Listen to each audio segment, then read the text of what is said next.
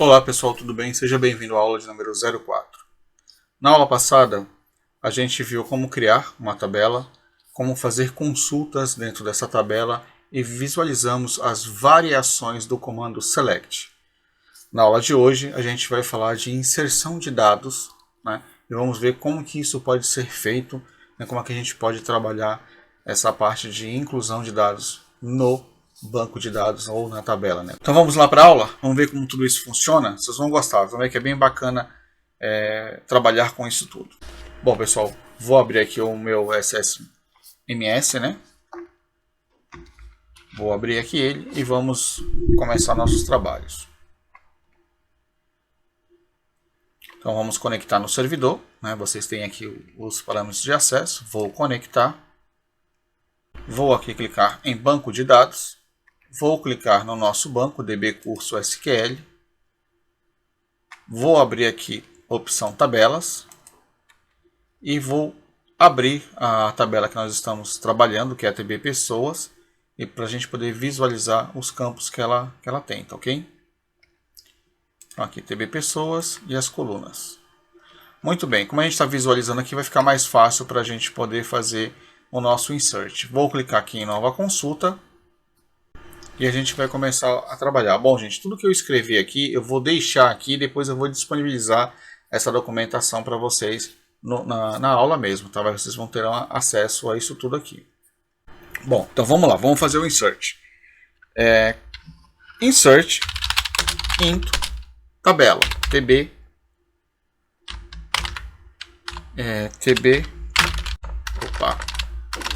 pessoa underline James. Bom, vocês viram que não tem sensitive case, tá ok? Não tem problema esse negócio de letras maiúsculas e minúsculas, tanto faz, não faz a menor diferença. E vou colocar aqui parênteses e vou colocar os campos que eu quero. Bom, gente, aqui é obrigado a colocar todos os campos que não aceita nulo. Os campos que aceitam eu não preciso declarar, mas os que não aceitam é obrigatório. No nosso caso aqui, o código pessoa não aceita nulo e o nome pessoa aceita nulo. Tá? Mas como eu quero inserir dados no nome pessoa, eu vou declarar. Então, código pessoa, vírgula, nome pessoa, fecha parênteses. Tá ok? Values. Aqui eu vou passar quais são os valores para cada campo. Então, eu vou colocar 1, vírgula. Vamos colocar aqui o Pedro. Fecha parênteses. Bom, então nesse caso aqui a gente vai inserir esse registro, né, dentro da tabela pessoa. Bom, gente, eu vou rodar aqui o programa e vamos ver o que vai acontecer. Executei. Opa, deu erro. Invalid Object Name, TB Pessoa James.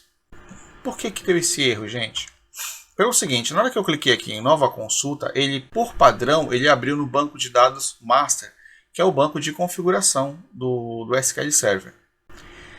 Bom, então por isso essa tabela não existe dentro desse banco de dados master. Ela existe aonde? Dentro do banco curso SQL Server. Portanto, não vai funcionar mesmo. Como que a gente pode resolver isso? Selecionando de forma manual aqui o banco de dados que a gente quer. E agora ele vai funcionar, tá ok? Ou eu simplesmente vou manter o banco que estava, que é o master. Deixar o banco aqui e aí eu posso dar um comando aqui direto. Eu vou fazer o seguinte, eu vou digitar aqui, ó, use db curso SQL, tá certo? E depois eu faço o insert e aí sim vai dar tudo certinho. Vamos ver?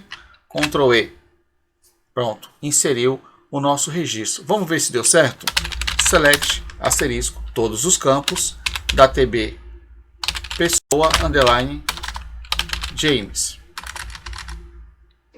TB pessoa underline James. Faltou o from aqui, né, gente? Olha lá. From. Vamos selecionar. Isso é uma outra coisa bacana aqui no editor do SQL, tá?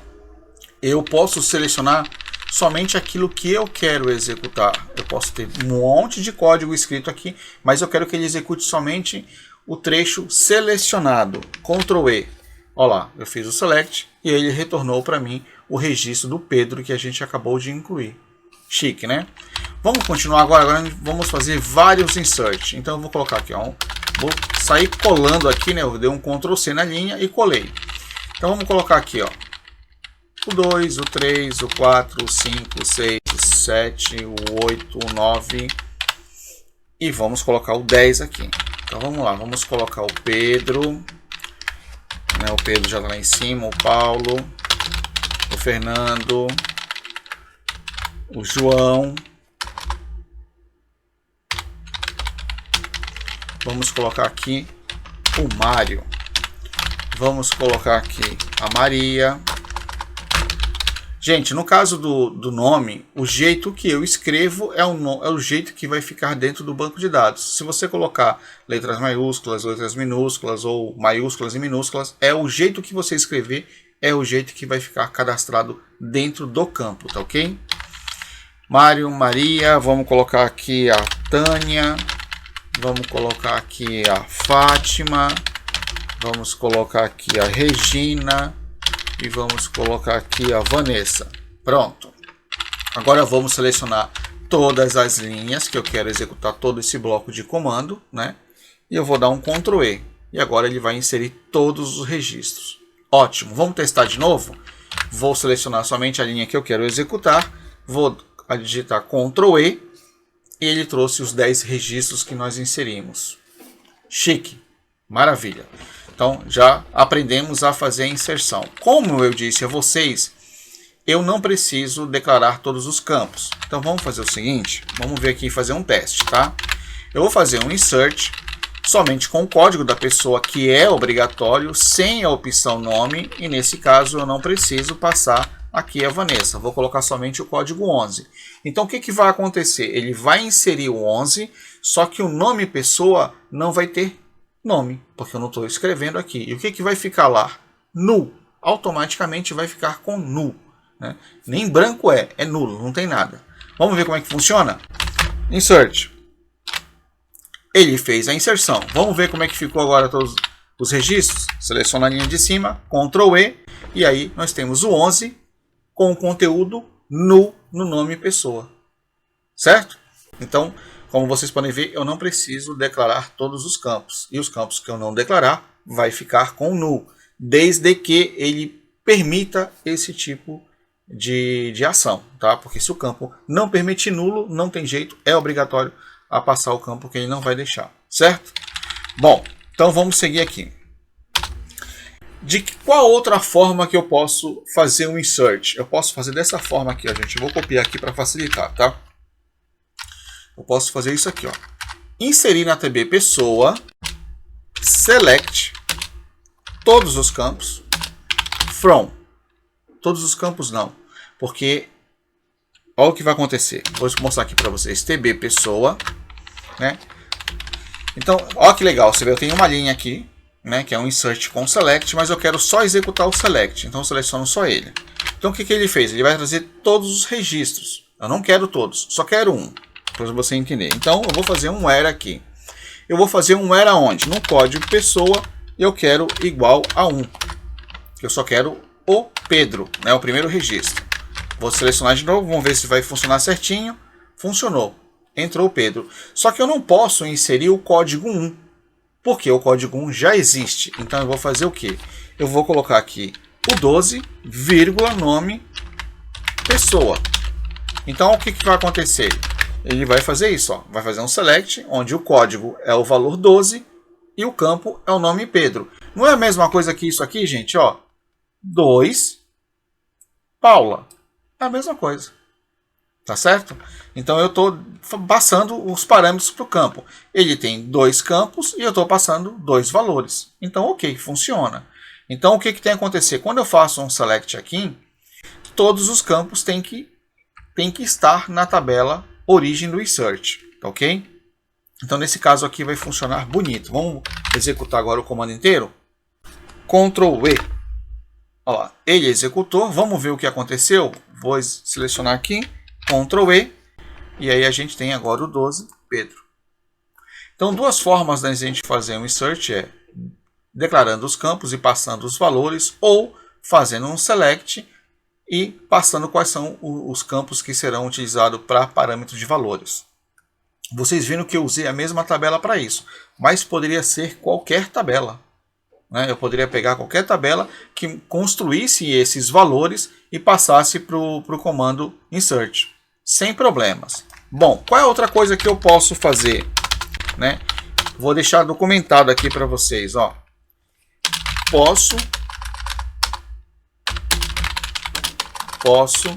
inserir dados de outro banco de dados desde que esteja no mesmo servidor, tá? Como é que eu faço isso? É simples, gente. Basta eu escrever aqui, db cache1 e o nome da tabela. Obviamente essa tabela não existe no db cache1, tá ok? Existem outras tabelas lá. Mas vamos supor que ela existisse, Vamos supor que ela existisse. Então eu estou selecionando os dados da tabela pessoa dentro do banco db cache1.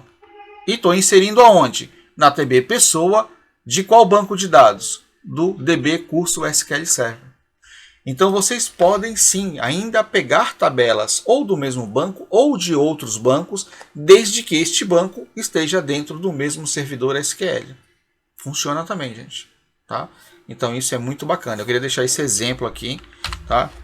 Para vocês verem que é possível acessar outro banco de dados, assim como com o select, tá, gente? Posso usar isso com insert, com select, com qualquer cláusula SQL, desde que você tenha acesso a esse banco de dados. O usuário que você esteja ajudando tenha permissão de acessar esse banco de dados. O nosso usuário aqui não tem permissão para acessar esse banco, então nem vou conseguir demonstrar isso para vocês. Beleza? Bom, agora vamos ver o uso do SQL que nós vimos ontem, select. Vamos ver como é que funciona os nossos select de ontem, já que agora eu tenho dados para ter retorno. Bom, vocês já viram o retorno de todos os campos, todos os registros da tabela TB pessoa. Vamos ver agora outras variações. Vou copiar aquele lá de cima para facilitar a nossa escrita, tá? Então vou copiar, Ctrl C, Ctrl V. E aqui eu vou fazer o seguinte. Primeira variação, eu posso colocar só o nome de um campo. E ele me traz só aquele campo. Ou poderia declarar os dois nomes de campos e colocar. Certo? A outra variação é o nolock. Isso vai permitir que ele rode um pouquinho mais rápido, porque eu vou falar para o banco de dados, esquece insert, esquece alter, delete, me traz o que você tem aí, fim de papo. Então ele roda, executa um pouquinho mais rápido. Vocês não vão perceber, mas é um pouco mais rápido. Muito bem. Então já tem uma variação aqui com o nolock. Bom, qual é a outra variação que eu tenho aqui? Eu vou escrever vários, tá? Select, só para vocês verem as variações, tá certo? Então o primeiro aqui foi sem o nolock, o segundo é com o nolock. O terceiro agora, a variação, nós vamos trabalhar com o order by, que é para determinar uma ordem. Então eu quero o order by nome pessoa. Por padrão, ele é, como eu havia falado para vocês, ele é do menor para o maior, ou seja, do A para o Z, já que nós estamos falando de um campo alfanumérico. Então vamos dar executar. Então ele foi lá do menor para o maior, inclusive o nu é menor do que A. Então executou. Agora eu quero o inverso, eu quero do maior para o menor. Qual foi o comando que nós vimos? Foi o desc. Então vamos lá, vamos executar. Agora ele inverteu, ele veio do V para o menor. Bacana? Então já viu aí que dá para fazer isso daí. Vamos continuar vendo aqui mais coisas aqui. Outra variação do select. Agora vamos voltar aqui para todos os campos. Vamos fazer aqui o where. Então vou colocar aqui o where código pessoa igual a 1. Então ele vai me trazer o código que tenha 1, no nosso caso o Pedro. Vamos fazer assim, código pessoa maior ou igual a 1. Vou usar o operador AND, código pessoa menor ou igual a 5. Então ele vai trazer de 1 a 5. Trouxe 5 registros. Poderia aplicar o order by aqui? Com certeza. Order by nome pessoa. Olha lá que bacana. Trouxe em ordem alfabética agora do menor para o maior. Tá certo? O que mais que eu poderia ter aqui de variação? Eu posso ter uma outra variação aqui que eu não ensinei para vocês ontem, que é a variação group by, tá? Eu poderia manter isso daqui, mas eu vou tirar só para a gente poder ler mais fácil, tá? Então, todos os campos da tabela pessoa, group by, nome, pessoa.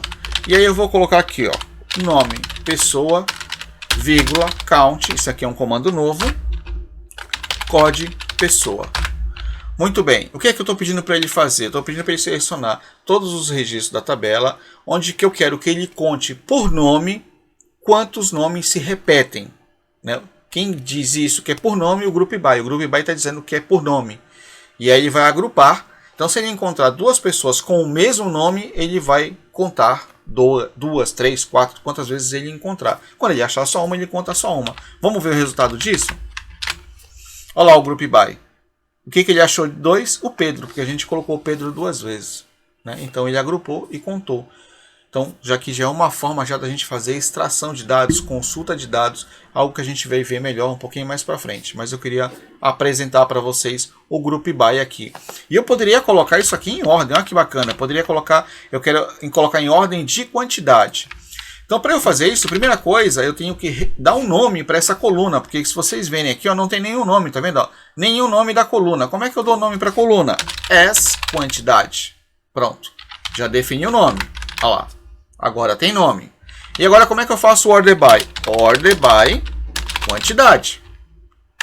E olha que bacana como é que fica. Ficou em ordem, tá lá, do menor para o maior, só que eu quero do maior para o menor. Desk. Olha como é que aparece agora. Aparece o 2 e aí depois aparece o 1. Né? Porque está em ordem de quantidade. Viu que legal? Então o count ele faz o quê? Ele conta. Né? Ele conta quantas pessoas, né? Quantos registros tem no código de pessoa. E vai agrupando o quê? Pelo nome, foi onde a gente colocou o group by. Permitiu fazer o agrupamento. Bacana, né? Bom, vamos fazer um outro select. Vamos pegar aqui, ó. Pegar aqui esse daqui para copiar. O outro select é o seguinte, vamos fazer pesquisa por nome também, né? Vamos pesquisar por nome. Nome, pessoa, igual a Pedro, tá? String tem que estar entre aspas simples. Vamos localizar o Pedro? Ele localizou 2 registros de Pedro. Bom, vamos imaginar que eu não sei o nome, eu lembro que começa com P. Mas eu não lembro o resto do nome. Eu só lembro que começa com P. Como é que eu pesquiso isso? Bom, a gente tem um comandinho chamado like. Então eu coloco nome, like, e coloco somente o P percentual. Isso quer dizer que eu quero que o nome P comece, o nome pessoa comece com a letra P e o restante não me interessa o que é. Né? Ele tem que começar pelo menos com o P. Vamos ver como é que funciona isso? Executar. Olha lá, ele trouxe o Pedro, a Paula e o Pedro novamente, já que nós temos 2 Pedros. E se eu colocar PE, o que acontece? A Paula já não aparece. Bacana esse like, né? E se eu não lembrasse a primeira letra do nome? Eu sei que tem P no nome, mas eu não lembro qual o restante. Então eu ponho o percentual na frente. Então, para mim não me interessa o que vem antes do P e nem o que vem depois do P. E aí eu seleciono. Nesse caso, só tem os que começam com P. E se eu colocasse o A? Não me interessa o que tem antes do A e muito menos para frente do A. Aí ele vai trouxe praticamente quase todos. Né? Entenderam qual é a ideia do like? Então o like ele permite você pesquisar parte de um conteúdo dentro de uma string. Né? Não importando o que tem para frente ou não importando o que tem para trás. Como é que eu determino essa não importância? Através do sinal de percentual. Aonde tem um percentual, isso quer dizer que não me interessa o que tem para frente, ou no caso não me interessa o que tem para trás. Esse é o like, né? Tem que ser essa condição. E tem também o not like. O not like, no caso, eu não quero que tenha o A. Então vamos dar um select. Olha lá, não tem o A. Né? Tem o A com tio, mas não é o A. Então você tem o like e o not like. Então eu quero que tenha ou eu quero que não tenha. E a gente consegue trabalhar isso daí. Viu quanta variação, gente, do select? Quanta forma a gente consegue pesquisar dentro do banco de dados, né? Só por aí a gente já dá para fazer a festa com a busca de dados, tá certo? Bacana, né?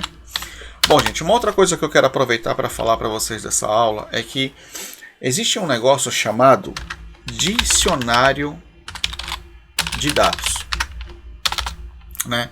É onde entra a parte de renomear um campo. Viu aqui, eu coloquei o count e coloquei um as quantidade, né? Isso fez com que eu desse um nome para essa coluna que estava sem nome. Mas eu posso usar a mesma situação para renomear campos. Vamos ver como que seria isso? Seria assim, ó, gente. Eu vou trazer aqui esse select, tá? Aqui, ó. Vou deixar aqui até anotado, ó. Renomeando colunas, ok? Então aqui é o seguinte, aqui está nome pessoa, mas eu quero dar um outro nome para ela, então eu posso colocar um as, vou colocar aqui o colchete e vou escrever, ó, nome pessoa. Vocês perceberam que eu estou usando duas palavras? Sempre que eu preciso usar duas palavras, eu preciso estar entre colchete, ok? Se não tiver entre colchete, ele entende que são dois comandos, e aí não vai funcionar. Vamos ver como é que fica o resultado? Selecionei. Olha lá como é que ficou o nome da coluna. Nome pessoa, do jeitinho que nós colocamos. Agora, se esse nome não são duas palavras, eu posso colocar só nome, por exemplo. Ó, nome. Renomeei. Olha lá, agora é nome. Então esse as ele serve para eu renomear o nome de uma coluna. Assim como eu poderia renomear o nome de uma tabela. Eu posso colocar as a. E aí eu posso usar aqui, ó, a.nome pessoa. Então eu renomeei. Se eu não fizesse isso, ó como que ia ter que ficar o comando. Se eu não tivesse o as aqui na brincadeira. Eu ia colocar assim, ó, tb pessoa, ponto, nome pessoa. Imagina se eu tivesse que colocar em todos os campos o nome da tabela para poder utilizar. O código ia ficar muito grande. Então é natural que as pessoas usem o as para poder renomear e ficar mais fácil a escrita do código, tá certo? Então, a gente vai ver isso, tá? Na prática, quando a gente estiver trabalhando com inner joining, que é onde a gente relaciona as tabelas. Bom, então por isso que eu vou falar de dicionário de dados. O que é dicionário de dados, gente? Tem muitos DBAs, ou muitos engenheiros de software, que preferem criar o banco de forma codificada. Para que isso? Para dificultar o acesso ao banco, para que pessoas não autorizadas acessem os dados. Então, uma invasão de um hacker, se ele tiver codificado, vai ser muito mais difícil para ele compreender o banco de dados, já que o campo não vai estar escrito de forma clara, como a gente tem neste nosso exemplo aqui. Como que seria isso? Vou dar um exemplo para vocês. TB0001, tá? Sei lá, pode ter até um C aqui, tá? E aí você pode ter até, por exemplo, um V1. Olha que maluquice, V1. Vou explicar já já. E aí, como seria o nome dos campos? Seria, por exemplo, CDP, NMP. Vocês perceberam? Então, imagina que essa tabela tenha vários campos e vão estar tudo assim com siglas de três caracteres. Caraca, se você se depara com um banco de dados desse jeito, você fala, o que é essa tabela? O que tem dentro dessa tabela? E aí você vai ter que pedir o dicionário de dados para o DBA, onde ele tem a transcrição disso daí, né? Vai estar num documento mesmo, num Word, explicando o que é nome de tabela e nomes de campo. Então, nesse exemplo aqui, seria o quê? O que é TB001CV1? Seria o quê? Ó? Tabela de pessoas, né? de cadastro de pessoas. Ele ia documentar algo assim. A letra C é de cadastro e a letra V é de versão, certo? Então eu poderia criar uma situação como essa, onde eu sei que todas as tabelas que tiverem a letra C se referem a cadastros básicos do sistema, e o V é a versão da tabela para dizer se ela é uma tabela original desde o início do projeto ou se houve já alterações nessa tabela, tá certo? Bom, e o que é CDP? CDP é código de pessoa. E o que é NMP? Nome de pessoa. Bom, agora eu consigo entender o que é cada nome de tabela, o que é cada código e o que é cada nome. Agora ficou claro para mim. Então vocês imaginem um banco de dados, um sistema de gestão, por exemplo, né, com vários módulos, contas a receber, contas a pagar, estoque, contabilidade, folha de pagamento, vendas, né, um CRM. Puta, é tabela que não acaba mais, galera. É muita coisa. Então, se tiver todo desse jeito aí escrito dessa forma, não tem Cristo que entenda. Você tem que fazer um curso de dicionário de dados para você poder usar, para você programar esse banco de dados. Você leva mais tempo estudando o dicionário do que programando. E existe isso, tá, gente? Existe e muito isso. Muito, muito, muito mesmo. Porque antigamente, para vocês terem uma ideia, os bancos de dados, eles tinham limitações para o nome do campo. Você não poderia escrever um nome à vontade. Tinha limitações, 8 caracteres no máximo. E as pessoas tinham que se rebolar para escrever uma codificação que pudesse compreender o que era aquele campo. Então hoje, se você for num banco que trabalha com COBOL, né, que trabalha, muitos deles já trabalham com mainframe. Se você acessar os bancos de dados do mainframe, você vai ver que é tudo assim, é todas essas siglas malucas. Tem que ter um dicionário, senão ninguém compreende. Por quê? Porque no COBOL é limitante o nome dos campos e de tabelas e bancos. Então é assim. Então é comum esse tipo de trabalho, né? Na verdade é até indicado fazer isso, porque é uma forma de proteção do banco de dados, né? Isso permite com que qualquer pessoa que chegue a acessar o banco de dados, ela olhe, ela não vai entender nada do que é o dado, e assim fica mais difícil até dela copiar e utilizar ou fazer qualquer coisa, ou provocar alguma fraude no sistema, porque ela não conhece o banco de dados, ela não tem acesso ao dicionário de dados, tá certo? Então eu queria passar isso aqui para vocês, já aproveitando, que vocês já tenham essa visão do que é o dicionário de dados. Então se forem fazer uso, façam, é recomendado que faça, e só que cria uma documentaçãozinha bacana para poder traduzir o seu banco de dados. Tá certo, gente? Bom, essa aula termina por aqui. Se você tiver dúvidas, chama, a gente vai junto. Quem mandar teu código, manda, a gente analisa. Esse documento aqui eu vou deixar disponível para vocês acessarem. E aí a gente pode bater um papo caso vocês tenham dúvidas sobre isso. Tá certo? Muito obrigado por essa aula. Até a próxima. Fiquem com Deus.